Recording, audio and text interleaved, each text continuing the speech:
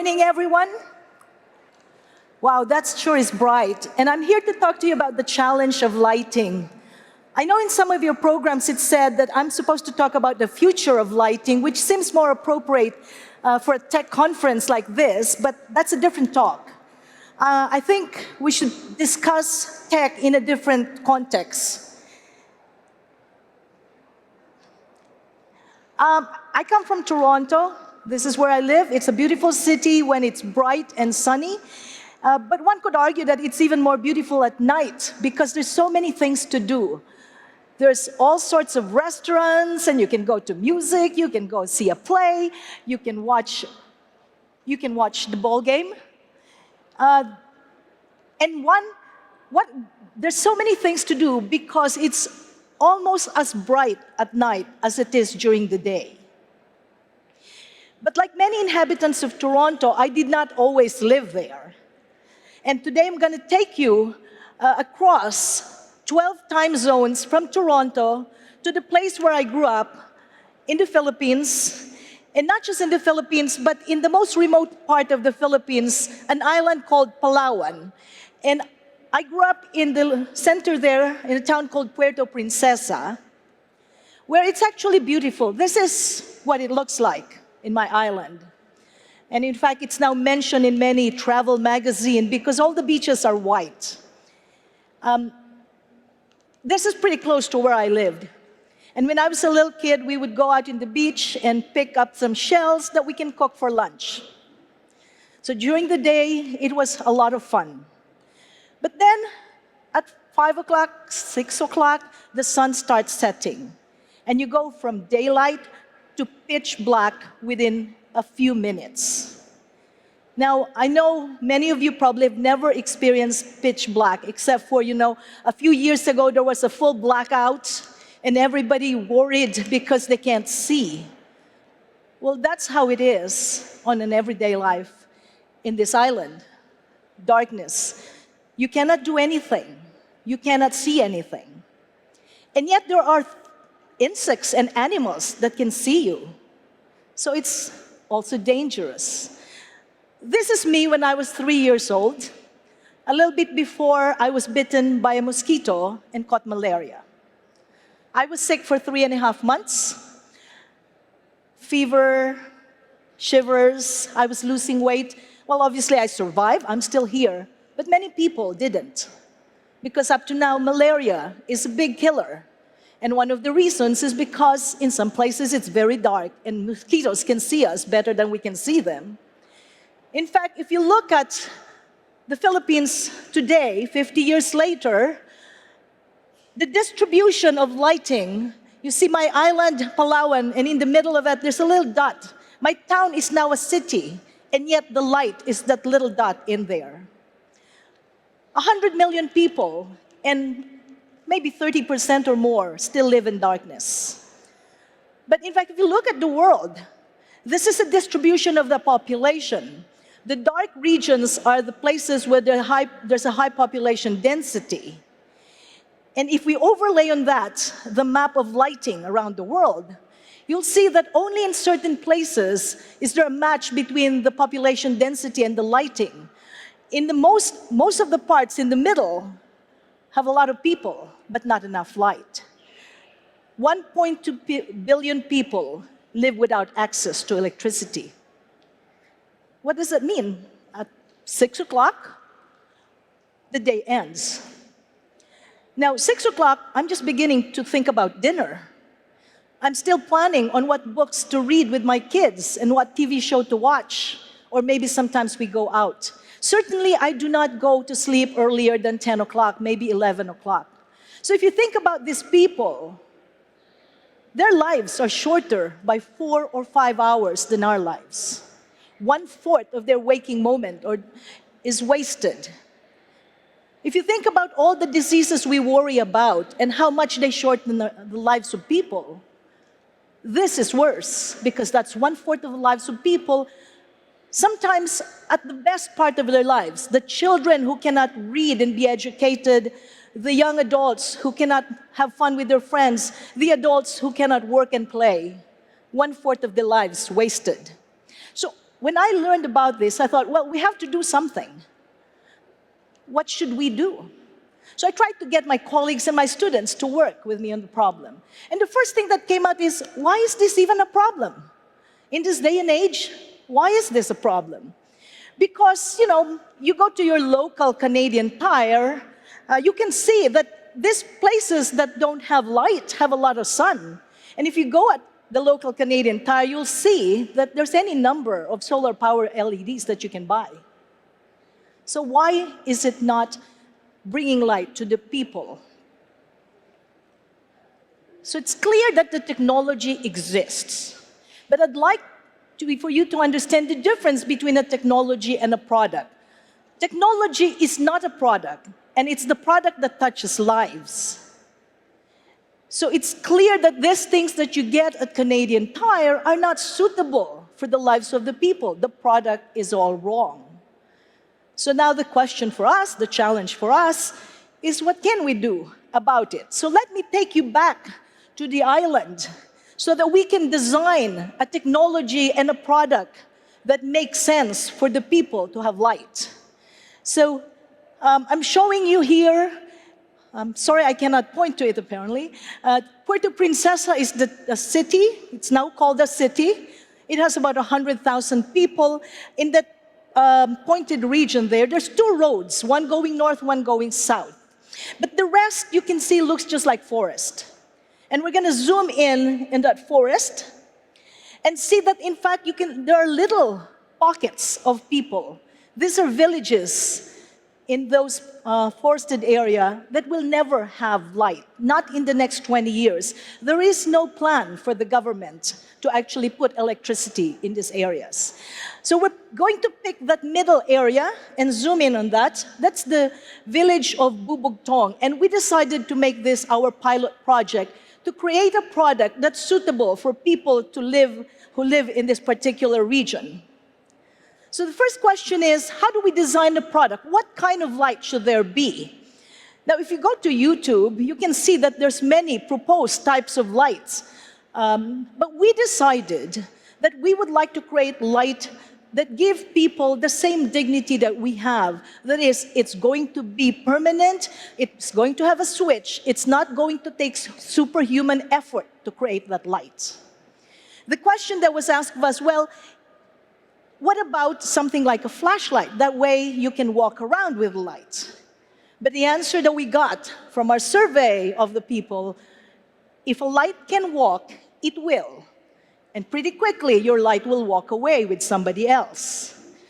And so, we decided that the light has to be a fixture on the roof, just like the lights in our homes, with a switch to turn it on and off. So here's a closer look at the village.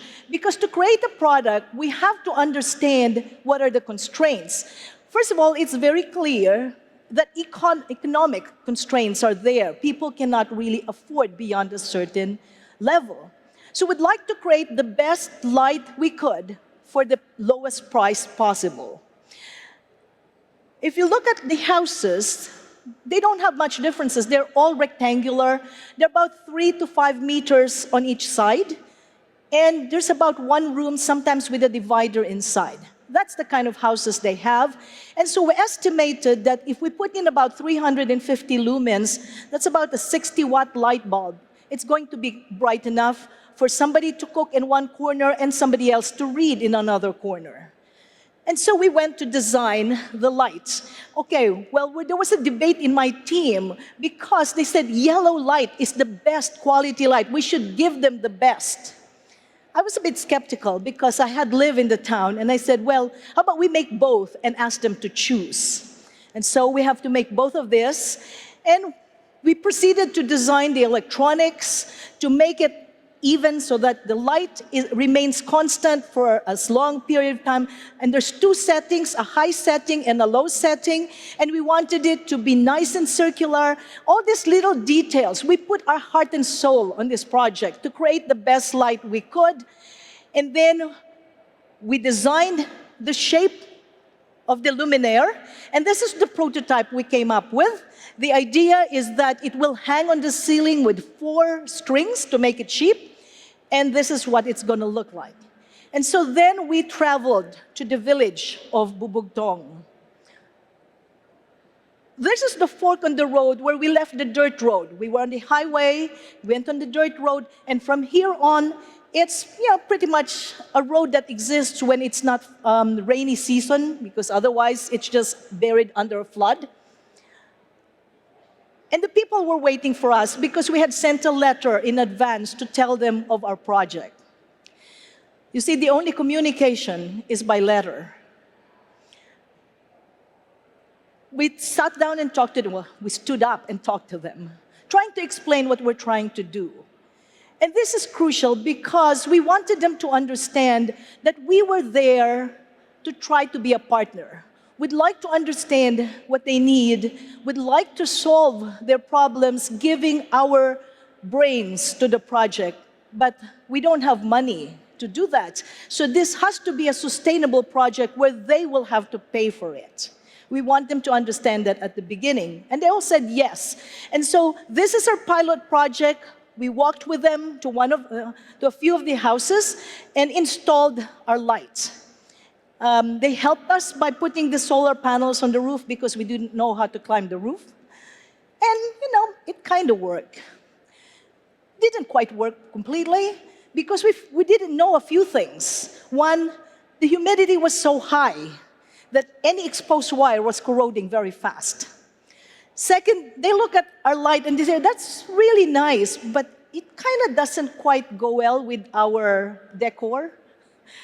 Doesn't fit the house. There are a little bit of holes that they think the mosquitoes or insects would really live in. And then the feature that we really like, the switch on this is a capacitive touch switch. You just touch it and it lights up. They thought it was great. It was like magic. But what if the lizards and the rats get to them? Will they have light on and off during the night? So we have to learn all these lessons from our prototype, in addition to a few other things, like how do we actually deliver to a place without roads when we scale up?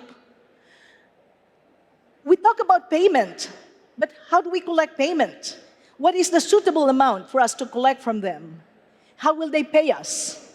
And then we saw that in the village, there's a lot of, people probably give them little technology. There were some, in fact, used solar lights. They just throw them away because they don't know how to fix it.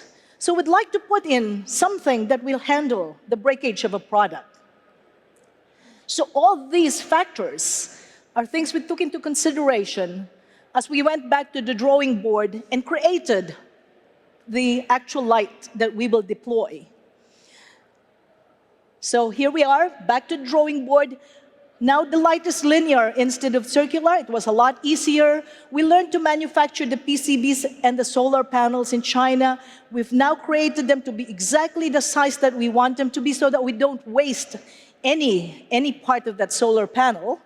The big challenge was with the batteries. And in the end, we decided to stick to lithium as the best battery around, but we had to learn how to ship them across a couple of islands so that we can get to where we want to be. Then we set about putting them together and training, bringing in local people to help us in the process, putting the light together. And now you see the tube look like a fluorescent, but inside it is our PCB with the LED. But we forgot that we have to close the ends because otherwise the insects will come in there. So then we need the cooperation of the local, which is actually good because in the end, it's all about partnership. So here we are testing things in the town of Puerto Princesa. We managed to recruit a lot of young students, faculty, other people from the community. We gave them a lot of lessons, quick lessons on LED and basic electricity, and they helped us. These two guys, the one in the green shirt and the one in the white shirt, have built their own home-built 3D printer, and they saved us by making those plastic pieces that we need to seal the ends of the tubes. And then we were ready to go. We went back to the village of Bubugtong. As usual, we begin by talking to the people, and this man is the chieftain of the village, and I was explaining to him the process. I also talked to all the community leaders and the people who live there, in small groups, in big groups, as we try to engage them in the project. We told them that, again, this is a partnership, you have to pay. But what we decided is that we will collect payment over the period of 1 year, so that every month they will have to pay. And then I asked them, who wants to be in? And that was the line of people. They all want to be in. They all are going to save their money to pay for this. That's what they said. So we installed lights. Some of them are easy. You can reach them. Some of them are a lot harder. Fortunately, our young students know how to climb roofs with 2 bamboo poles. And that's where they installed the solar panels. And we installed a lot of light. And in December 2018, last December, we installed 65 lights to cover the whole village of Bubugtong in Napsan. Well, that seems like a lot of hard work for 65 houses, 350 people. The question is, how do you measure impact? Is it about the people individually? Is it about the children? This is the day when we installed the lighting. At the end of the day, the sun was starting to set, and the children were slowly walking home, another end of a day. There's the village hall in the middle where we donated 1 light and we turned it on. And the children came rushing back, carrying their chairs, screaming, "The day's not done yet, it's still bright." They were happy they could play some more. Is that how you measure impact? The man, the chieftain, put his light out towards the front of his house. That's him there. He was waiting for people to pass by and talk to them. And sure enough, they came and chat. The children were just ecstatic. They immediately arranged a game and they were hamming it up. They behaved just like our children, enjoying the extra day, the extra time of day. We can see from afar the houses that have started to put on their lights. Maybe they are cooking, maybe they are starting to read. And some of them less bright than others. I talked to the woman who lived in that darker house, and she said, well, the light has 2 settings. The super bright, which will last about 4 or 5 hours, and 10%, which could last a much longer time, maybe to the next day. And she wanted to save her light, because she paid for this, and she wanted to savor it. How do you measure impact? The only store in the village, the person running it said, I usually close at 5 o'clock, but now I have a few more hours to enjoy selling or talking to people. Things we take for granted, that you can talk to your friends, to your neighbors. Maybe this one, we donated light to the little church. And the priest comes occasionally. I got a note from him after Christmas. He wrote me a letter saying, for the first time, he was able to say midnight mass and see the faces of his congregation, and there were tears in his eyes. How do you measure impact? Or maybe this man who has been most impacted by our work, this man and wife live in this shack. The people of the village said, don't give him light, he can't afford to pay for it. But the man said, I saved for it, give me one. My team was basically saying, well, the roof, we need to fix the roof first. I said, no, just give him light. The man said, the only source of income for him is to make mats, to weave mats.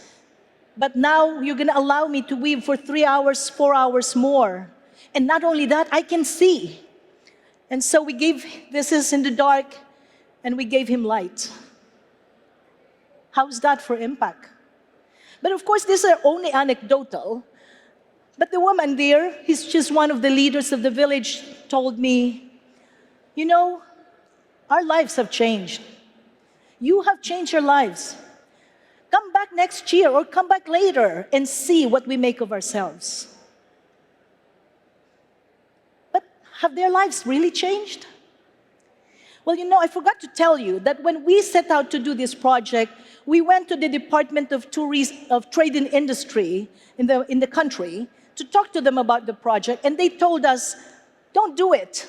That village, it's full of people who are freeloaders. They're never going to pay you. You'll be better off selling it to the local politician and then they can give it away. And I told them, if I'm going to do that, I might as well quit because that is not a sustainable model. That is not good for the people. So we had a contract with them. You have to pay every month for 12 months. We left in January, and for 4 months so far, I have 100% collection of payment from a bunch of people that they told me were freeloaders. How's that for impact? We have changed them. They said they have changed, and they did. Well, okay, I still have 7 months to go. I'm keeping my fingers crossed. But even if sometimes they may fail here and there, I think we've made a difference. We've made impact. But you say it's still 350 people only. This is probably the biggest impact. These are the people who helped us, the locals who were part of the team. A couple of young guys came to me to say, Cynthia, I did not know that such villages exist in my city of Puerto Princesa. What can we do to help? And I smiled and told them, you are the ones who are going to change the villages. Because I am not going to install lights from village to village. It is them who we have trained and them who now have the passion, who think that they can now do this, where they can run a small sustainable business village to village. And I said, and not only that, I would like you to have ideas of the next type of products we will build. My team from University of Toronto will be there to back you up with the technical part, and we will connect you with the right manufacturers. We will help you, but it has to come from you. And just recently, one of them wrote to me to say, I went to a fishing village. The fishermen said they need light, but of a different kind. Can we help them? I said, well, you think about it, and we will help each other. I think that's where the impact begins, because now I have these people who can go and multiply this effort. What have we learned? Okay, technical design. My team, that's what our expertise is. We know technical design, but we've learned to manufacture, we've learned how to ship components, we've put together the assembly process and the distribution process, we've created a product that's suitable to the people, we've assembled our local partners, and we have a payment plan. And all this knowledge is what we're actually turning over to the young locals who are actually trying to run small sustainable businesses. So I left them with all the lights, and we're getting ready to deploy. We've deployed to another couple of villages. So that this island, you see, this is the distribution of light in the Philippines. A village at a time, we hope to light up the whole country. Now, what now? If you see what I said about the process we learned, this talk is about the challenge of lighting, but none of that is constrained to lighting. It's a process by which technology can migrate towards the most under-resourced setting there is. And in fact, yes, much as we pursue lighting, I'm already turning myself to other problems that people have. So for example, cooking. This is how they cook. They cut down the forest and use it for firewood that they light up inside their house, the house that's made of leaves and straw. So once in a while they burn the house. And then they leave a lot of soot in the house as well as in their lungs. That's one of the problems we're working on with the same process. So let me just wrap up by basically telling you what we have said at the beginning. I'm a scientist, so I'm still a techie. And I believe that technology is a key to our abundant future, whether it's here or in under-resourced communities of the world. As long as we remember that technology is not product, product is what touches lives. And in order to make product that touch lives, we have to consider everything, the social, economic, cultural, geographic, political factors, everything that is important to a person's life. And then and only then can we make impact. Thank you very much.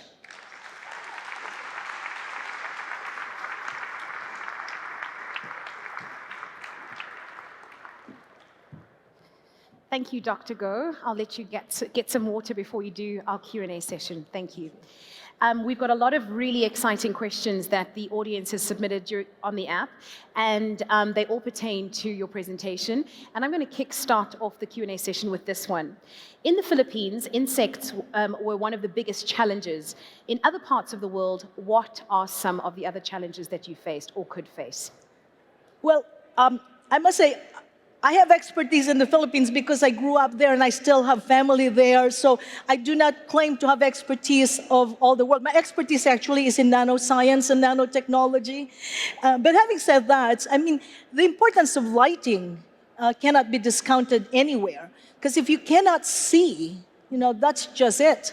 And as I said, if your day is shorter by 4 hours, just imagine what you can do if you can only see for 4 more hours. So I think light is the first thing we have to think of. And let's talk about your work at the Impact Center. Tell us about some of the companies you have been able to impact through the center. Okay, so the Impact Center is a unit I created at the University of Toronto with a mandate of bringing science to society. And one of the ways we bring science to society is to look at deep science and see what kind of value it can bring. And the way you create value, as I said, is to create a product. And when you create a product, well, primarily you create a company. Although we also work with industry to help them with their products.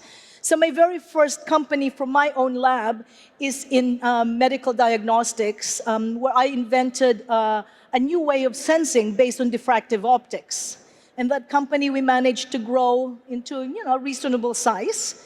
And my second company is in Nanotech, which is a way of making very small particles. And the question is, what's the value of those? Well, that company is now making an impact in the world of agriculture. We've created a very eco-friendly way of delivering pesticides. So I'll stop there. We have many different companies. We have 160 little startups that we've been mentoring for the past almost 10 years now. So Dr. Go, you've been an advocate for translating scientific knowledge into technology and products, as you've just rightly mentioned, and for training scientists as entrepreneurs. How do you deal with the fears that scientific research is vulnerable to corruption by business motives? How do we prevent the pursuit of knowledge from being usurped by the pursuit of profit? Okay, well, that's a strong words. I mean, okay, maybe I'm just a real optimist. I believe that we're all interested in creating a better quality of life. And I see science and knowledge as the starting point, and then somebody has to translate it into technology, and the technology has to be turned into a product. And for most technology, that's actually not a simple process. But I would argue that game-changing products require breakthrough science, or maybe the other way around. Breakthrough science are the key to game-changing product, but it's non-trivial. Will they be corrupted? Well, you can't really help that. There are people who will do bad instead of doing good. But I'd like to remain optimistic that good prevails. But the way to in fact, alleviate that is for us scientists who really have good intentions to try to keep control of the process, or to try to actively participate in the process. And hopefully that will also create a shorter translation time. Because usually it takes 50 years to get from science to society. And if you don't believe me, look at anything that's game-changing in your household and look at when the fundamental science was created that led to it. And you will see it's 50 years, not 5 years, which is sometimes what we promise government. Let's take a look at that game-changing science, as you mentioned, and specifically in relation to the lighting product you discussed. And the issue is of cost of your lighting versus a mass-produced version. What are the differences in that cost, and are there different solutions available versus a specialized and a mass product potentially doing the same thing? Well, of course, we would like to keep costs as low as possible, but typically the way cost goes down is you sacrifice quality. And I don't want to do that. So the question is how you balance. It may be a little bit more expensive, but if it will last longer, then in fact the proper estimation of cost is the full life cycle. I mean, something really cheap, which we have a lot of solar-powered LEDs in the Philippines coming from China. They're very cheap, and 2 months later, they're dead. So if you calculate the full life cycle, then the cost is higher if it's that way. Absolutely. Well, ladies and gentlemen, please put your hands together for Dr. Cynthia Go. This brings our Q&A session to a close.